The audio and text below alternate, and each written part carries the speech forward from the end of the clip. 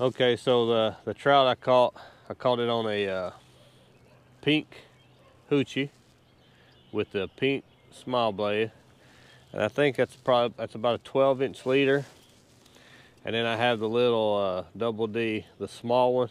I think it's 4-inch. So that's what I caught the trout on. I caught so far. So you know, I'm learning how to trout fish. I don't know what to use, when, how deep. You know, I'm marking fish.